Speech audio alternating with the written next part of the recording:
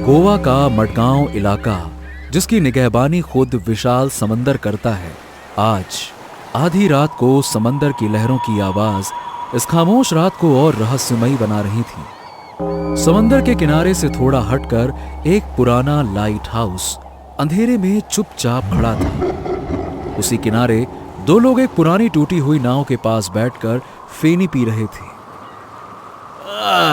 वाह भाई, आज तो मजा आ गया। रात में अपना ये शांत समंदर कितना अच्छा लगता है।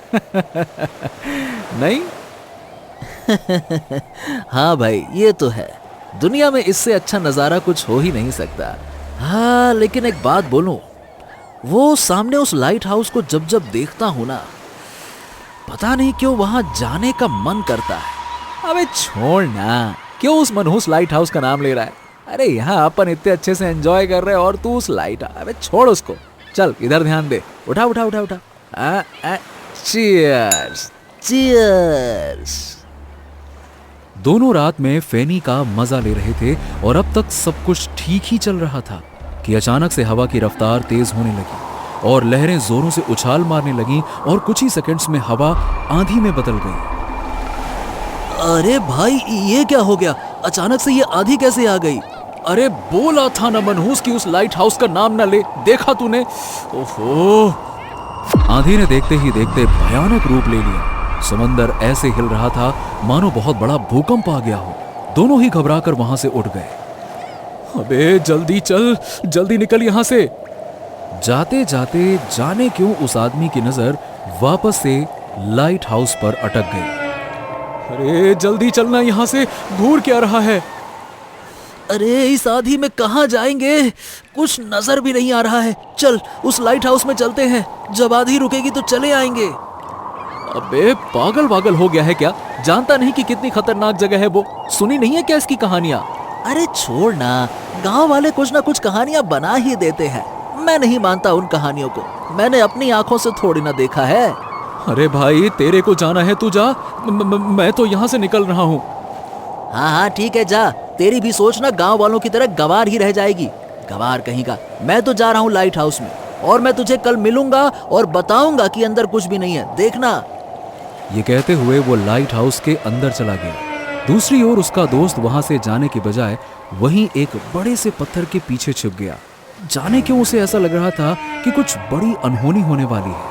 वो टकटकी लगाकर लाइट हाउस को देखता रहा। अचानक से लाइट हाउस के सबसे ऊपर वाले कमरे में रोशनी जल उठी और ठीक उसी वक्त रहस्यमय तरीके से आंधी अपने आप रुक गई। समंदर की लहरें फिर से शांत हो गईं और चारों तरफ वापस से खामोशी छा गई। और तभी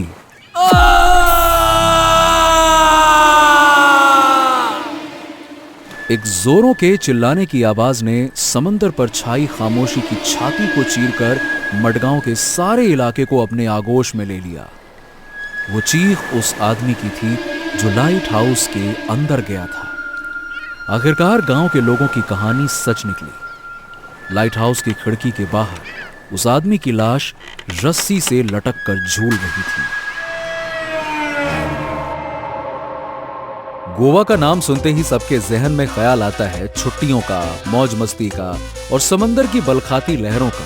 लाखों लोग यहाँ पे हर साल अपनी सारी चिंताएं भूलकर घूमने के लिए आते हैं। लेकिन उन लोगों के ठीक उलट आज मडगांव के किनारे गंगा नाम का मछुआरा चिंता में डूबा हुआ था। ओहो, कल एक ठो मछली जाल में ना फंसी रही, आज 3-3 ठो जाल बिछाए हैं।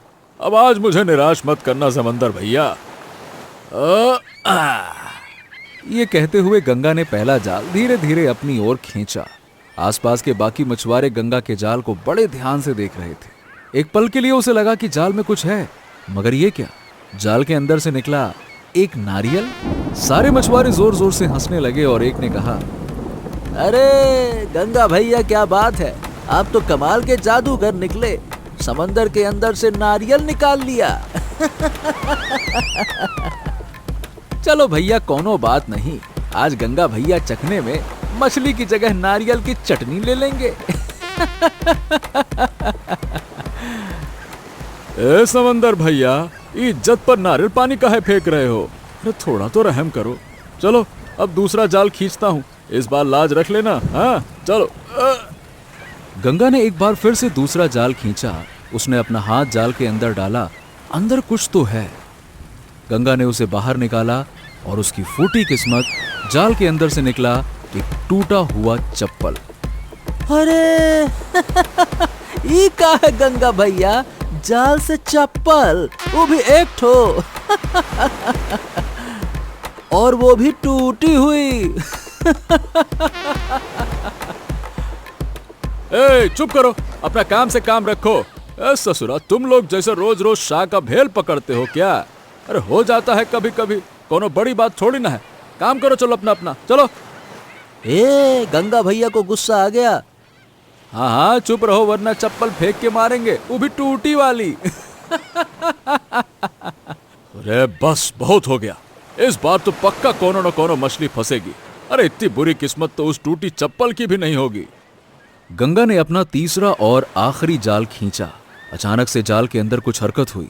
गंगा की आंखों में उम्मीद की लहरें उठने लगीं। बाकी लोग भी उसे टकटकी लगाकर देखने लगे। गंगा ने जाल के अंदर से उस चीज को तुरंत निकाला। वो कोई मछली नहीं बल्कि ड्रम पकड़े हुए बंदर का एक खिलौना था। गंगा को अपनी फूटी किस्मत पर यकीन ही नहीं हो रहा था। वो अपने भाग्य को कोसने ही वाला था कि खिलौने का ड्रम अपने आप बजने लगा। गंगा के मुंह से डर के मारे चीख निकल गई और खिलौना फिर से समंदर में गिर गया। अब बताओ भला, एक जमाना था जब इस गंगा का बाप जमुना अपनी बहादुरी के लिए मडगांव में मशहूर था और उसका बेटा निकला ऐसा डरपोक। गंगा ने मछुआरों की बातें सुन ली। उसे गुस्सा तो जरूर आया, लेकिन उसने चुप रहना ही बेहतर समझा। वो चुपचाप अपने सारे खाली जाल समेटकर जाने लगा कि तभी उसकी नजर पास में रखे मछुआरों की टोकरी पर पड़ी। ताजा मछलियां चमक रही थीं। गंगा ने इधर उधर देखा और फुर्ती से 3-4 मछलियां टोकरी से चुराकर चुपचाप निकल गया। हाय रे हाय, क्या पता ये किसकी पनौती लग गई है हमको। कहीं अपनी ही पनौती तो नहीं लग गई। ए भैया, एक बोतल फेनी तो देना। अरे ये क्या है गंगा? ये मछली इस बाटली से ज्यादा महंगी है, रख ले। पिछले 30 सालों से गंगा की यही दिनचर्या है। सुबह मछली पकड़ना, दोपहर में खाना बनाना और फिर फेनी पी के फेनी के नशे में धुत होकर सो जाना। दरअसल आज से 30 साल पहले गंगा की मां के मौत के बाद उसके पिता जमुना बनारस से मडगांव आकर बस गए। उस वक्त गंगा की उम्र सिर्फ 15 साल की थी। शुरू में जमुना बाकी मछुआरों की तरह मछलियां ही पकड़ता था और समंदर से जैसे उसकी यारी हो गई थी। वो लहरों से ऐसे खेलता जैसे कोई बच्चा खिलौनों से खेलता रहा हो। सारे मडगांव में उसकी बहादुरी मशहूर थी। फिर एक दिन पता नहीं कहां से उसे पता चला कि लाइट हाउस में सिक्योरिटी गार्ड की जगह खाली है, पर वहां कोई आने को तैयार नहीं था। लोग कहते थे कि वहां किसी प्रेत का वास है। वहां अगर रात को कोई भी भूले भटके भी गलती से चला जाता तो अगली सुबह उसकी लाश उसके सबसे ऊपरी कमरे की खिड़की से बाहर की ओर लटकी हुई मिलती। इसीलिए गांव के लोग उस लाइट हाउस की ओर देखना तक नहीं चाहते थे। उसके बारे में बात करना तो बहुत दूर की बात थी। कई सालों बाद अचानक से सरकार ने उस लाइट हाउस को फिर से शुरू करना चाहा, मगर किसी की हिम्मत नहीं हुई उस लाइट हाउस में नौकरी करने की।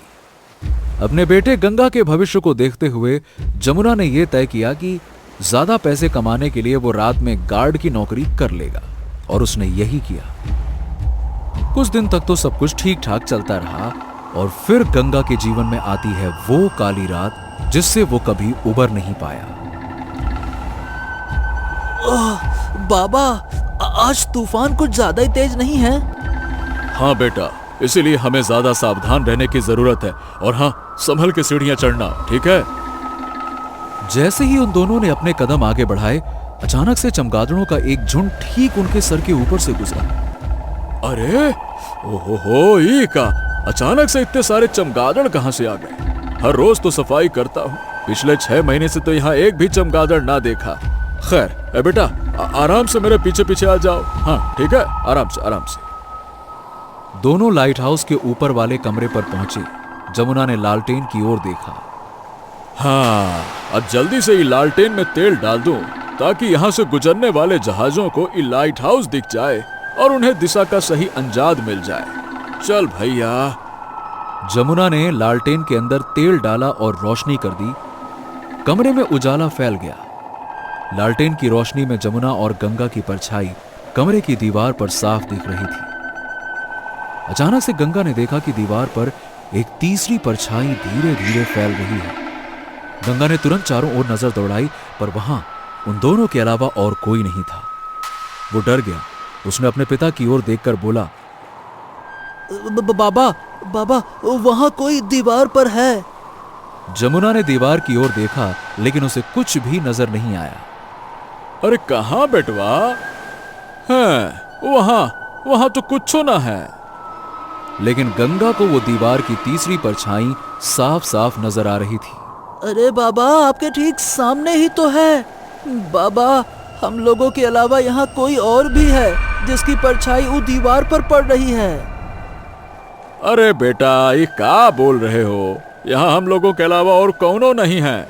बाहर तेज तूफान है ना, तुम्हें शायद किसी हिलती हुई चीज की परछाई दिख गई होगी। हाँ, चिंता ना करो, हम है ना। बाबा, मुझे बहुत डर लग रहा है। जमुना ने गंगा के मासूम चेहरे की ओर देखा और मुस्कुराते हुए गंगा से कहा, ए बेटवा, जिंदगी में जब जब तुमका डर लागे ना, तो याद रखना तुम्हारा नाम है गंगा। बनारस में बहती गंगा को याद करना।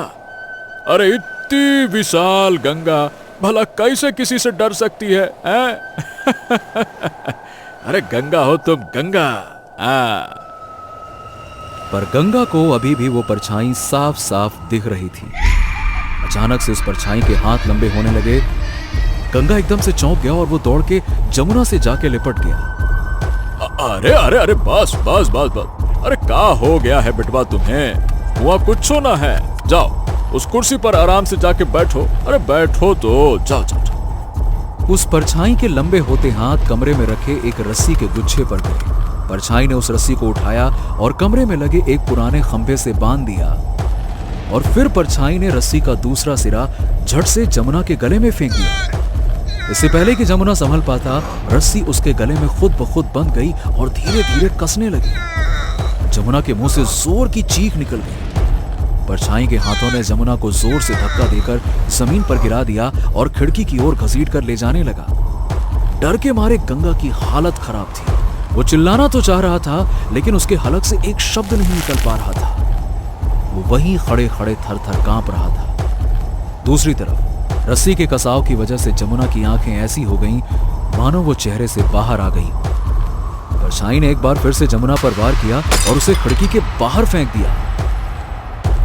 उस भयानक तूफान में चीखती लहरों के बीच गंगा के पिता की लाश लाइट हाउस के खिड़की के बाहर रस्सी पर लटक रही थी। ये सब कुछ गंगा नहीं सह पाया और वो वहीं पे बेहोश हो गया। हालांकि आज इस हादसे को 30 साल बीत चुके हैं, लेकिन गंगा के मन से आज भी वो डर नहीं गया। गांव में भोर की किरण फूट चुकी थी। गंगा हर रोज की तरह उम्मीद का सूरज अपने कंधों पर लादकर समंदर की ओर निकल पड़ा। अब कुछ ठीक चल रहा था कि तभी एक लड़का दौड़ते दौड़ते वहां पहुंचा और जोर जोर से हाँफ रहा था। गंगा और बाकी के मछुआरे उसकी तरफ हैरानी से देखने लगे। वहां वहां आई जी, वो वहां। हाँ। अरे क्या हो गया? इतना हाँफ क्यों रहा है? थोड़ा दम तो ले ले। गंगा उस लड़के के पास पानी की बोतल लेके आता है। अरे आराम से भाई, आराम से, ये ले पानी पी और बता क्या बोल रहा है। Light house. हाँ, लाइट हाउस है और वही है जहां कल था। ये लो पानी पियो। और तुम तो ऐसे हाँफ रहे हो जैसे कोई लाश देख लिए हो। हाँ, वही लाश ही है वहां पे।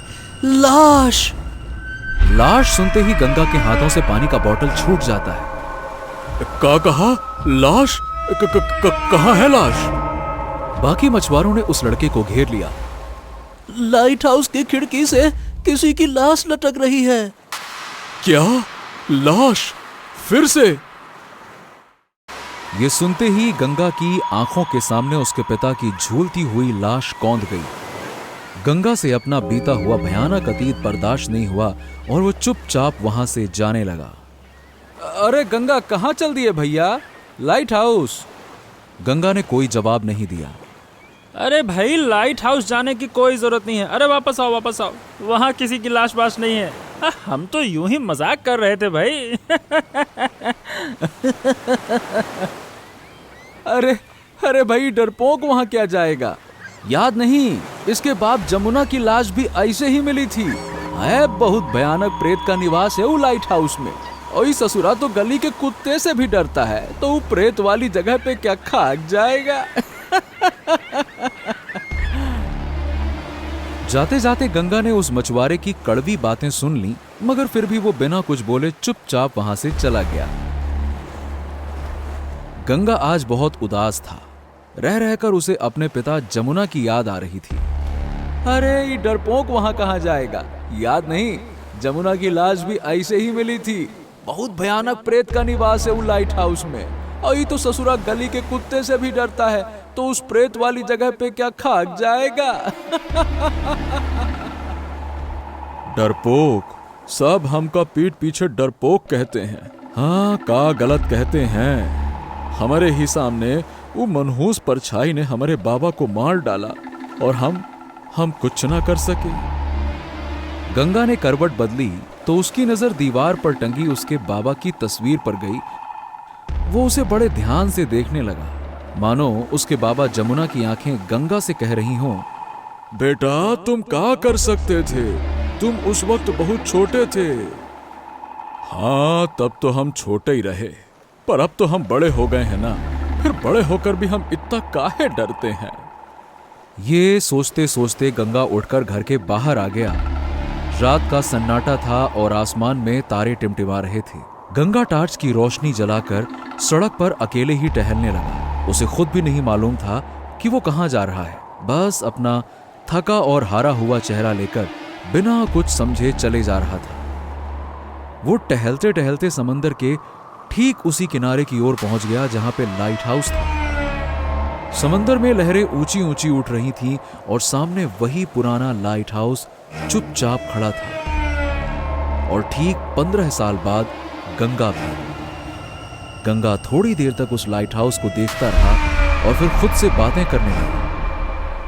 हाँ, ये बात तो तय है कि वो लाइट हाउस में जौन प्रेत ने हमारे बाबा को मारा, उसी ने उस आदमी को भी मारा है। आज से कुछ 10 साल पहले भी ठीक इसी तरह से एक मौत और भी हुई रही। गंगा के मन में कई तरह के सवाल उमड़ रहे थे। अचानक से उसके कदम धीरे धीरे लाइट हाउस की तरफ बढ़ने लगे। वो लाइट हाउस के दरवाजे पर आकर रुक गया। क्या करें? अंदर जाकर देखें का? अब हम जानना तो चाहते हैं कि वो भूत ने हमारे बाबा को मारा काहे, लेकिन अंदर जाने के बाद कहीं वो भूत ने हमारे ऊपर हमला कर दिया तो? अरे डर तो लगा ही रहा है। कुछ समझ में भी नहीं आ रहा कि करें तो करें का हम। गंगा को वाकई डर तो लग रहा था, पर उसी वक्त उसे अपने पिताजी की बात याद आई। ए बेटवा, जिंदगी में जब जब तुम्हें डर लगे ना, तो याद रखना तुम्हारा नाम गंगा है, और बनारस में बहती गंगा को याद करना। इतनी विशाल गंगा भला किसी से कैसे डर सकती है? अपने पिता की ये बात याद आते ही गंगा की हिम्मत बढ़ गई और उसने लाइट हाउस के दरवाजे को खोलने की कोशिश की। गंगा ने थोड़ी ताकत लगाई और एक कराहती हुई आवाज के साथ लाइट हाउस का दरवाजा खुल गया। गंगा ने एक लंबी सांस ली और लाइट हाउस के अंदर घुस गया। ठीक उसी वक्त अचानक से समंदर में हवा तेज बहने लगी और देखते ही देखते बहती हुई तेज हवा आंधी में बदल गई। समंदर की चीखती हुई लहरों के बीच गंगा सीढ़ियां चढ़ने लगा।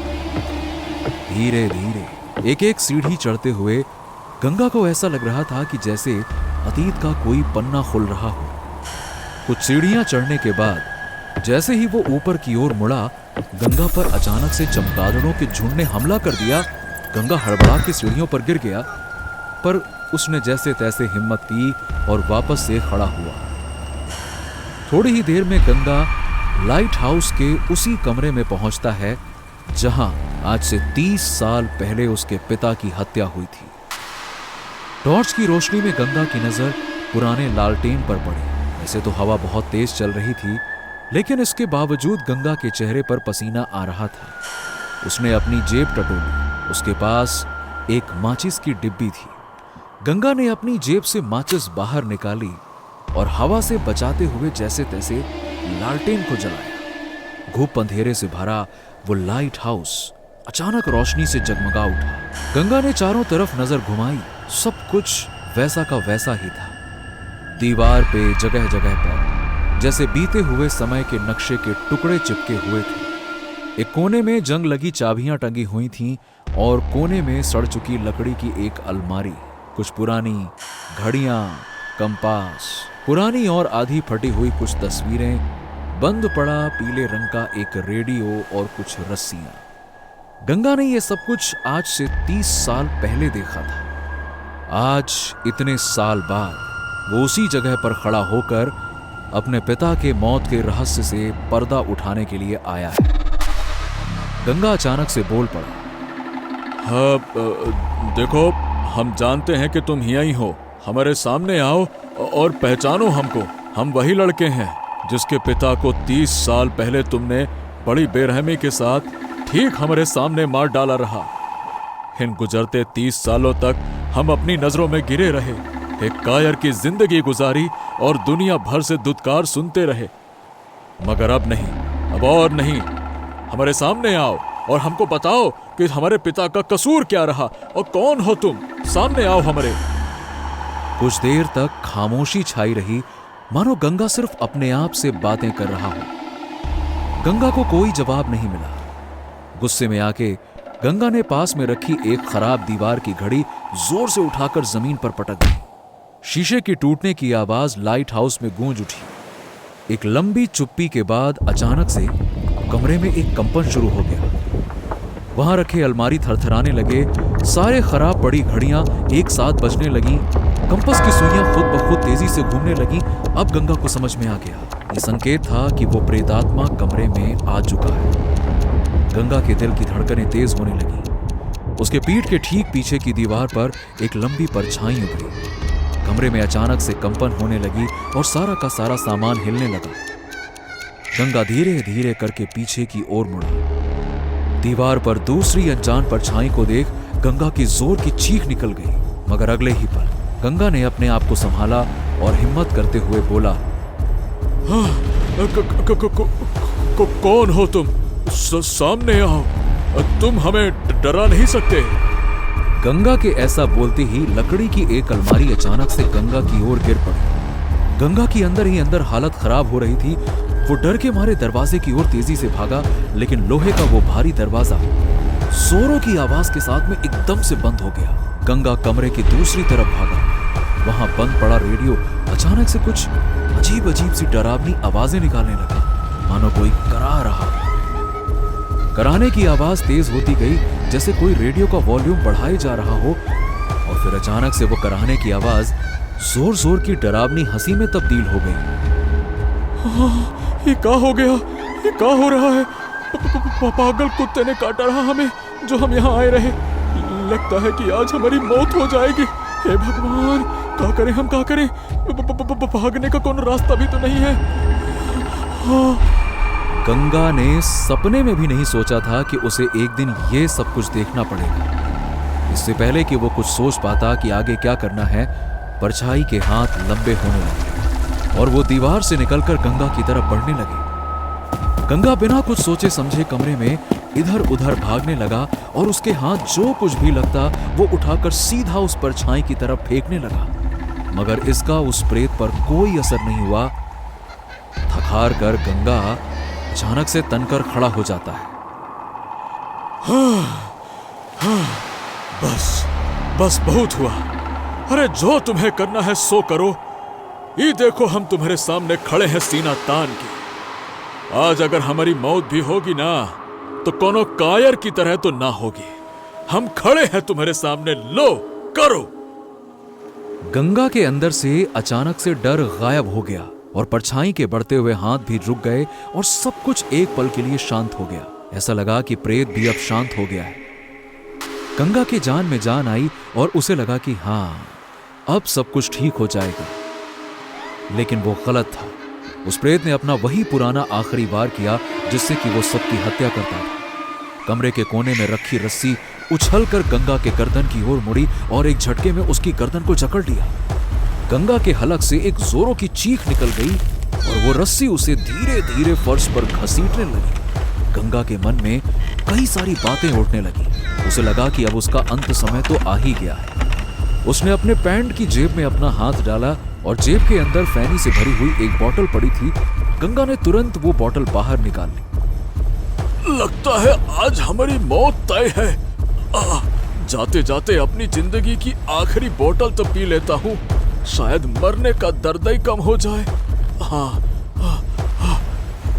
गंगा ने बिना देर किए हुए बोतल को अपने होठों से लगाया और जल्दी जल्दी पीने लगा। बोतल अभी आधी खत्म ही हुई थी कि गंगा की गर्दन को एक जोर का झटका लगा और वो कमरे की खिड़की की तरफ आ गिरा। प्रेत ने अपनी पूरी ताकत लगाई जोर से और गंगा को वैसे ही खींचने लगा जैसे वो हर आदमी को फंदे में लटकाकर मारता आया था। रस्सी का फंदा कसता जा रहा था। गंगा के दिमाग की नसें तनती जा रही थीं। वो समझ गया कि अब उसकी मौत निश्चित है। उसने हड़बड़ाहट में फैनी से आधी भरी अपनी बोतल को सामने की दीवार पर जोर से फेंक दिया।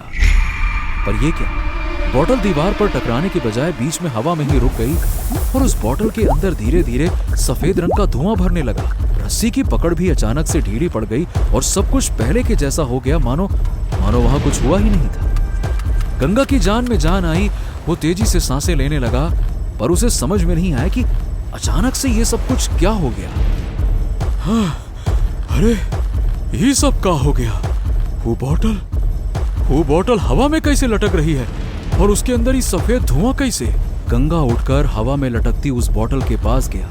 वो उसे कुछ देर ऐसे ही घूरता रहा। उसे कुछ हल्की हल्की आवाज में सुनाई दिया, कोई ऐसी आवाज जो शायद चिल्ला रही थी। गंगा अपने कान को बोतल के नजदीक ले जाता है। उसे किसी की घुटी हुई आवाज आती है, मुझे बाहर निकालो, मुझे बाहर निकालो।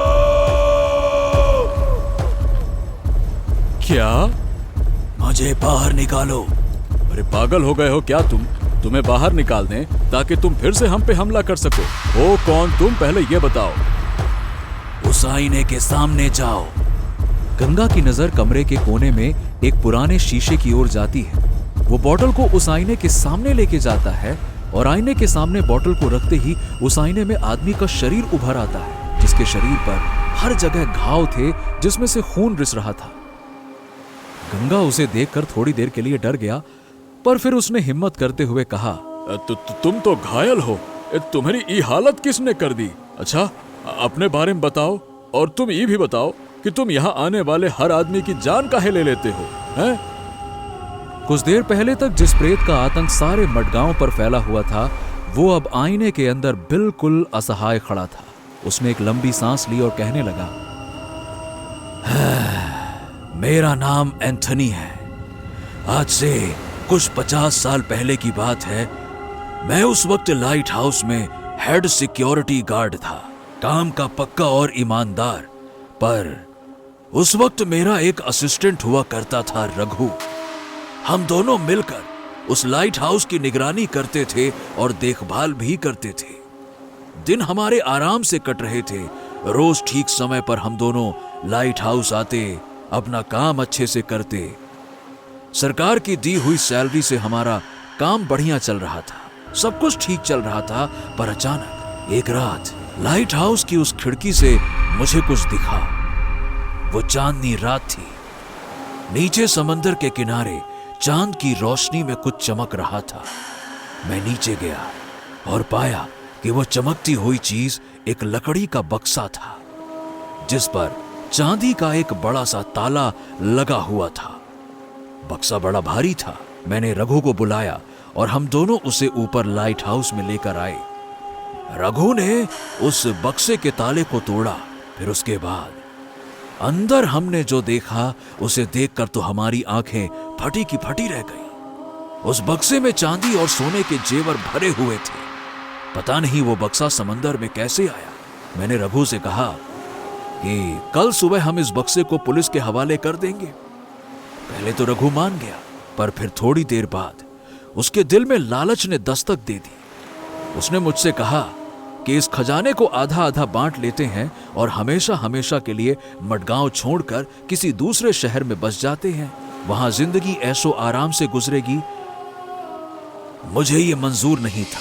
इसी बात को लेकर हमारे बीच में झगड़ा हुआ। रघु समझ गया कि मेरे रहते ये खजाना किसी का नहीं हो सकता। मैं जैसे ही सोने गया, उसने चाकू से मेरे ऊपर कई वार किए और मुझे मार डाला। लाइट हाउस का फर्श मेरे खून से लाल हो गया। मेरी लाश वहां, वो देखो वहां पड़ी हुई थी जहां तुम अभी खड़े हो। मुझे मारने के बाद रघु ने मेरी लाश को रस्सी से बांधकर खिड़की से बाहर समंदर में फेंक दिया और खजाना लेकर इस शहर से भाग गया। इसका मतलब तुम्हारे साथ बड़ी नाइंसाफी हुई। लेकिन ये बताओ, तुम्हें हमारे पिताजी को तो नहीं मारना चाहिए था ना? वो भी तो तुम्हारी तरह बड़े ईमानदार थे। हाँ, मुझे माफ करना, लेकिन मैं क्या करता। मुझे यहां आने वाले हर आदमी में रघु दिखता था, इसीलिए मैं अपने आप को कभी रोक नहीं पाया। अच्छा, वो तो ठीक है, लेकिन ये बताओ कि तुम इस बोतल में कैसे कैद हो गए? सच कहूं तो इस बात का जवाब मेरे पास भी नहीं है। बेहतर होगा कि यह सवाल तुम खुद से पूछो। मैंने एक बात जरूर महसूस की है, वो ये कि तुम्हारे भीतर एक अदृश्य शक्ति छुपी है। तुम किसी भी आत्मा को अपने बोतल में कैद कर सकते हो, पर यह शक्ति तुम्हें कैसे और कहां से मिली, ये मैं नहीं जानता। गंगा ये सुनकर मन ही मन बड़ा प्रसन्न होता है कि जिसे सब लोग डरपोक कहते हैं, वो दरअसल किसी बड़ी शक्ति का मालिक है। वो प्रेत गंगा से कुछ मांगने लगता है। वो सब तो ठीक है, पर अब हम तुम्हारा करें क्या? मुझे यहां इस लाइट हाउस में मत छोड़ो। मेरी आत्मा को यहां कभी चैन नहीं मिलेगा। अगर मुझे छोड़ दिया तो शायद मैं फिर से किसी पे हमला करूं। एक काम करो, तुम मेरी आत्मा को इस बोतल में बंद करके किसी सुरक्षित स्थान पर रख दो। इसी में सभी की भलाई है। गंगा थोड़ी देर तक उस प्रेत को देखता रहा, फिर उस प्रेत की इच्छा का सम्मान करते हुए बोतल पर ढक्कन लगा दिया। वो लाइट हाउस से बाहर आकर अपने घर की ओर जाने लगा। गंगा ने उस बोतल को लकड़ी के एक पुराने बक्से में रख दिया और बक्से पे ताला लगा दिया। गंगा ने अपने पिता जमुना की तस्वीर की ओर देखा और मुस्कुराया। आज सालों बाद गंगा के चेहरे पर एक राहत भरी मुस्कान छाई थी। उसे खुशी थी कि उस लाइट हाउस में अब किसी और की मौत नहीं होगी। कैसी लगी आपको ये खौफनाक और रोमांचक कहानी? नीचे कमेंट करके जरूर बताइए। और अगर आपको ये कहानी पसंद आई तो लाइक, शेयर और भूतनाशक पार्टी को सब्सक्राइब करना ना भूलें। हर शुक्रवार हम लाएंगे एक नई हॉरर स्टोरी, तो तुरंत बेल आइकन को दबा दें ताकि ऐसी ही हैरत अंगेज कहानी आपसे कभी छूट ना जाए, क्योंकि डरोगे तभी तो आगे बढ़ोगे।